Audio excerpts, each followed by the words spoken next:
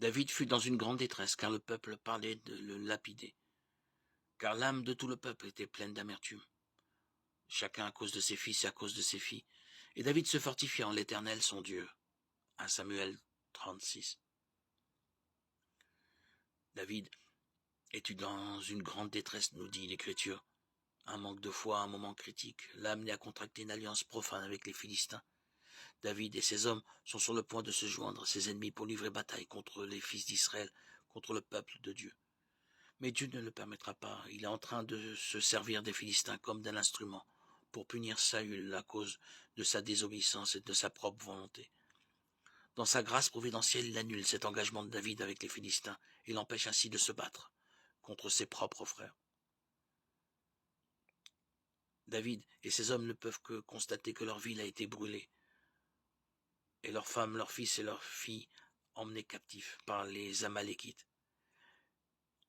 Quelques-uns des hommes qui avaient suivi David dans son rejet sont maintenant prêts à le lapider, car ils sont profondément atteints par les grandes pertes subies.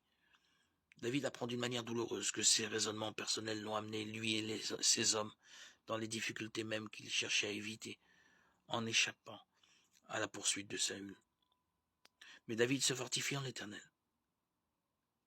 Il fait alors venir Abiathar, le sacrificateur, et interroge l'Éternel, chose qu'il avait négligé de faire avant d'aller chez les Philistins. L'Éternel lui dit alors de poursuivre l'ennemi et l'assure de la victoire.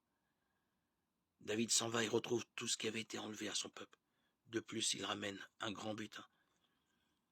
Nous avons souvent contribué, nous aussi, à créer les difficultés dans lesquelles nous sommes plongés. Toutefois, le Seigneur demeure toujours le même dans son amour et ses soins envers les siens.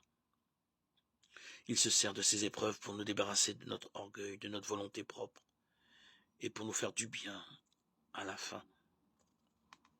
Si nous apprenons à détourner nos regards de nous-mêmes pour les fixer sur le Seigneur, il nous guidera ayant son œil sur nous. Psaume 32:8. Et nous aurons plus ainsi à revenir sur nos pas.